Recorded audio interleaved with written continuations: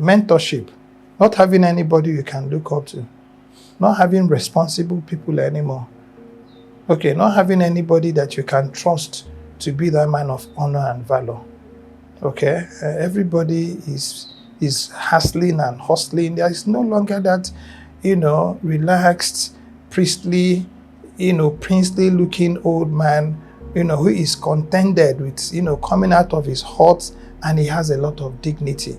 Everybody is striving and struggling and dragging everybody, along with them. Okay, so there's no, in those days, if you shock a professor, you didn't wash your hand for 1 week.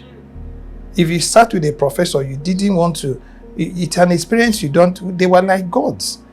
Okay, and one of us, when growing up, one of the biggest, titles you could have was to say, or your mom could have, was to say, Mama Doctor. Okay, Mama Lawyer. I mean, she was working on the moon. Okay, way back in those days, if you missed passing university education, you didn't, or you failed JAMB, you can't come out. Okay, you hid yourself and hid your face in shame, because that was what gave us our pride.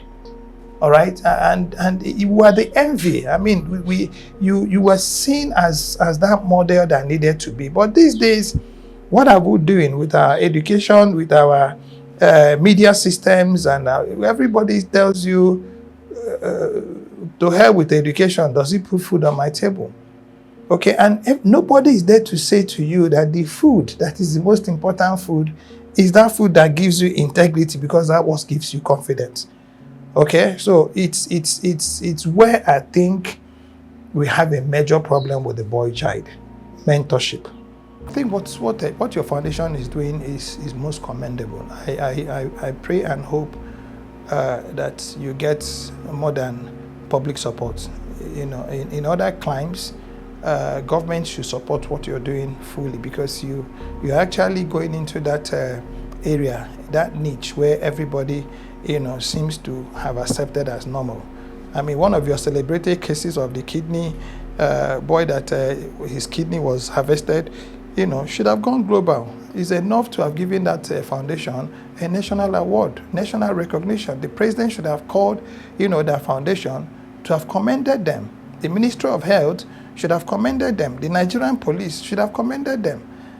Because if you don't have foundations like yours, speaking up, I mean, the kind of things that are happening now, it tears my heart. And if all of us can do it in our only two ways, okay, that money we use in probably purchasing that very expensive electronics could actually help 1, 2, 3 people leave the streets. That's my philosophy. Until you begin to have that mentorship thing that now puts into the heart and mind of young people, all of us are born equal and we can stand for each other. Okay, if your father has the privilege of being able to be the one that can bring the money, I can bring the brawn, and I can bring the trust, and I can stay on site and make certain that our things work. I think that's where we're missing it. The Boy Child Advancement and Protection Foundation BCA-PF's International, a global organization with a singular focus, the comprehensive development of young boys aged 5 to 18 years. We are a non-governmental, non-profit, legally registered entity dedicated to nurturing the potential of every young boy, no matter where he comes from or the challenges he faces. Operating under the principles of social responsibility, inclusivity, and collaboration, our vision is simple yet profound: to create a world where every boy has the opportunity to achieve his best, to become an inspiration, and to contribute meaningfully to society. Our mission is to equip these young minds with the tools they need: life skills, education, mentorship, and creative outlets, so they can make a positive impact in their communities. But this mission is not one we can accomplish alone.